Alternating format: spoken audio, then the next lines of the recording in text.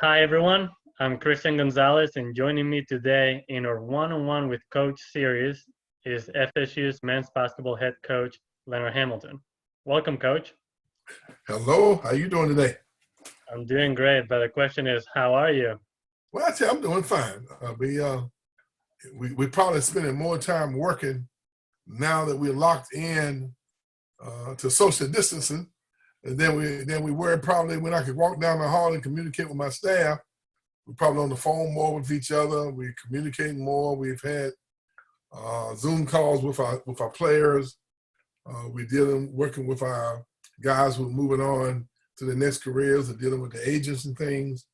And we are trying to complete maybe signing 3 more guys to add to next year's team. And then we have to evaluate in some way who we want to sign for the 2021 class that we have to sign in November. So it's really, really challenging right now to be going out and recruiting guys to sign in November when you can't really go out and see them play. We're pretty far along in terms of our evaluation, but you like to have April and you like to have July, and we're probably not going to have July, to evaluate this a little bit more. And then you always see other guys when you're evaluating to maybe add to your list. So it's extremely challenging now to make sure that we bring a couple more pieces in so we can keep our momentum going. And then it's very important that we lock in on players that we sign in November that we feel that will keep us with the additional momentum that it seems as though we have. So you touch on how in these unprecedented times, the way we communicate has changed, the way you have to do your job has changed. What other aspects of your daily routine have changed? Well, right now, you got to kind of make sure that we are taking care of those most important things.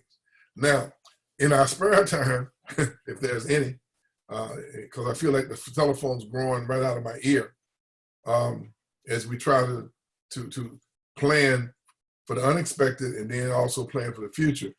We spent a lot of time as a staff going over last year's films, evaluating, looking at the pluses, the minuses, the games that we've won. We probably looked at them 3 or 4 times, trying to make sure that we get an idea of what we did well and what we could have done better. Then the games that we lost, we've dissected those pretty good, doing all our statistical analysis, breaking them down. What could we have done a little bit better? Trying to make sure that we prepare for the upcoming season in relation to the talent that we have, that we're on point. So we have not been idle at all. As a matter of fact, I think we've probably been spending more time. We've been much more aggressive because we feel like we need to, because we can't go out and visually see and evaluate. So we have to do a lot by film. We got to do a lot by our contacts that we've had over the years. And so it's a little different type of operating than what we've done in the past. You talked about communicating with the student athletes. What are some of the things that you talk about with them? Well, right now, obviously, it's very challenging that they can't get out in some of the gyms and work on skill development. And that's a very important thing for us, especially this time of the year.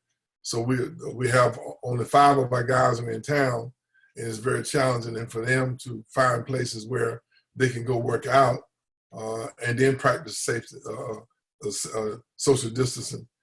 They've been getting a lot of jogging in where they live. They are able to lift weights in the facility that where they live. And I'm sure that when they can find a place to get some shots up and work on the game, they are. But we had a Zoom call yesterday with all our players trying to catch up, and we're going to have a regular weekly meeting with those guys collectively as a group. And then we're constantly communicating with them individually on their academics, on just making sure we stay on top of making sure they're doing whatever they can to see to that they can continue to keep getting better. You touched on academics, and now all classes are being taken online. How are the guys adjusting to that? Well, obviously, it's a different type of learning, but they're all on top of their assignments. They turn them in on time, and that's good. They've been very disciplined in those areas because we don't need to have a boo-boo or oops in the academic area. Our guys seem to be real focused. Then going back to almost a month ago now, ACC tournament got canceled when you guys were on the court, and then a few days or weeks later, the whole season got canceled. How do you share the news with the team, and what was their reaction? Well, obviously they were extremely disappointed, but I felt some kind of way when we got in the bus going to the gym to play a 12:30 game on that particular day. I just felt that it was a point of concern that whatever we were dealing with, the unexpected, the unknown, that we were making decisions, especially the one of not allowing very many people to be in the gym. Well, that just didn't set right with me, and I felt in some ways we possibly could be putting our guys at risk, but I was being respectful to the authorities to let us know what they thought was best. Once we got to the arena, we had a discussion with our staff that we thought that there's a strong possibility this game could be canceled because, you know, we were dealing with something new that we had not ever had to deal with in the past. So we moved on to we were having our team meeting, obviously giving them last minute preparation before they went out to warm up. And as we were going through the meeting, the athletic director, Coach David Corbin, came in and motioned me to step outside. And I knew then that more than likely the tournament was going to be canceled. So we met and visited and wanted to make sure that we minimize the emotional effect as much as possible on our players. So I did want them to go out on the court and warm up for those next 20 minutes just so they get a feel for saying that I was there in the tournament. And then when they came back in for our last minute conversations, I shared with them that why the tournament had to be canceled. And our approach was that sometimes in life you are faced with challenges, unexpected challenges that you have to learn, be mature enough to deal with. And this was one of them, that the decision to cancel the tournament was in their best interest and the safety of everybody involved, and that we had to understand and respect that. And I wanted to make sure they understood that they would have more games to play, we'd have more games to coach. But if someone was to get sick and lose their life because of the virus, then that would be pale in comparison to anything that we can think of. So we accepted it. We moved on, went out on the floor, and went through the ceremony. But it was kind of a unreal. I mean, it's a different kind of emotions that was displayed. You were a little bewildered, unexpected, a little challenged by the fact that we wanted to compete. We wanted to prove that we could win the ACC regular season, the tournament, and we never had an opportunity. But we were chosen to represent the conference, which was an honor. But deep down inside, I felt that if we were canceling the conference tournaments, more than likely the NCAA would be canceled as well, and rightfully so. We found that out later on.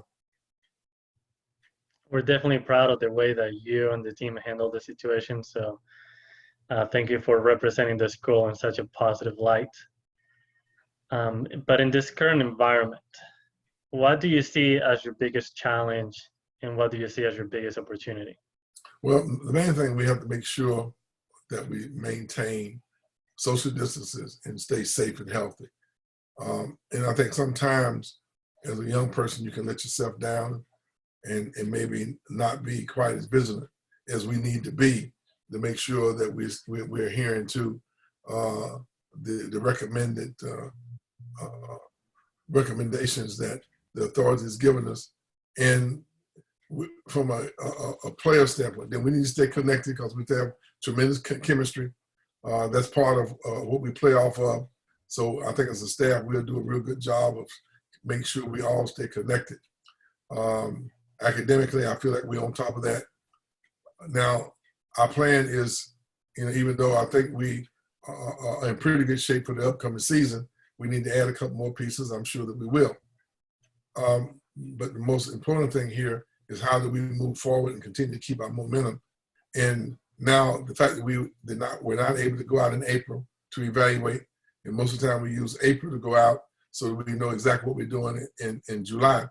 We missed that period. Last year they gave us a few more days in June for us to go out, and we're probably gonna miss those as well. So it's extremely challenging to be 100% accurate when you are faced with these types of circumstances. But we need to figure it out. I feel like someone is not gonna get better, someone's gonna stay the same, and someone's gonna work hard enough, be smart enough to get better. We wanna be in that category. So we are looking under more rocks, we're communicating like madmen. We're trying to make sure that we continue our momentum, and we're determined that's what we're gonna do. We feel that we built something special at Florida State. We like the fan support that we're getting. The student body has been unbelievable. The community has gotten behind this team. And we were very, very disappointed that we did not have an opportunity to go and participate in the NCAA tournament. And we feel like the last 4 years we've been knocking on the door. We've been Sweet 16, Elite 8. We feel that we can get better. We feel like we need to have that opportunity to go and compete for a national title. And that's where we are. We're so determined, we're so focused. We want to make sure we represent the Seminole brand in a positive way. Our guys are connected and energized and focused. We just want to make sure that we don't let this window of opportunity slide through our hands. When last year I thought was our best opportunity, we had 2 kids hurt. We lost a parent to one of our kids in Phil Kofer. So we were really, really focused, looking forward to this year. That's been taken away from us. So next year we got to find a way to utilize the disappointments from the last couple of years to motivate us to come back even stronger. What are you most looking for when we can all return to business as usual? Well, here again, we got we in uncharted waters, and I don't have necessarily a crystal ball to be able to analyze and say when we're coming back, when we're not, when we're going to be able to get back to full go. It's a moving target. I just want to make sure that we don't use any of this as an excuse, that we continue to keep working hard, trying to make sure that we do what we've been hard to do. We're excited about representing Florida State, and we think we have a unique, special opportunity. And the fans and the administration, the athletic department, they have been so supportive. We want to make sure we finish the deal, and we want to get to the Final Four and put ourselves in a position where we can compete for a national title, like so many other teams that are in the ACC tournament. ACC conference.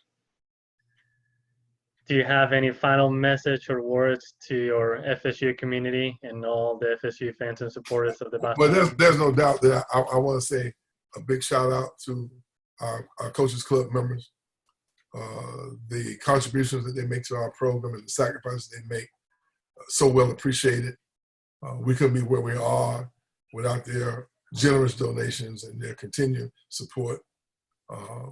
I've been 4 or 5 different schools, and the attitude, the focus, the generosity, the commitment, the consistent support that we get from our Booster Club members is just way over the top, and it's extremely appreciated. And I know I speak for all the coaches, and I know our team and our staff that was much appreciated. I would just like to encourage all our fans to stay safe and healthy. These are trying times. Unprecedented times that are presenting some extreme challenges for us. We need to stay safe by following the recommendations of our leaders and practice social distancing, keep washing our hands and stay focused. And then I want to thank the healthcare workers that are putting that on the front line, that are putting their lives on the line for each and every day to give us the best help that they can. And I hope that they know that they're really, really appreciated. And let's go Noles. Let's go Noles. Well said. Coach, really enjoyed our conversation today. Thank you for taking the time to talk with me. And congratulations on capturing your first ACC regular season championship. Thank you very much.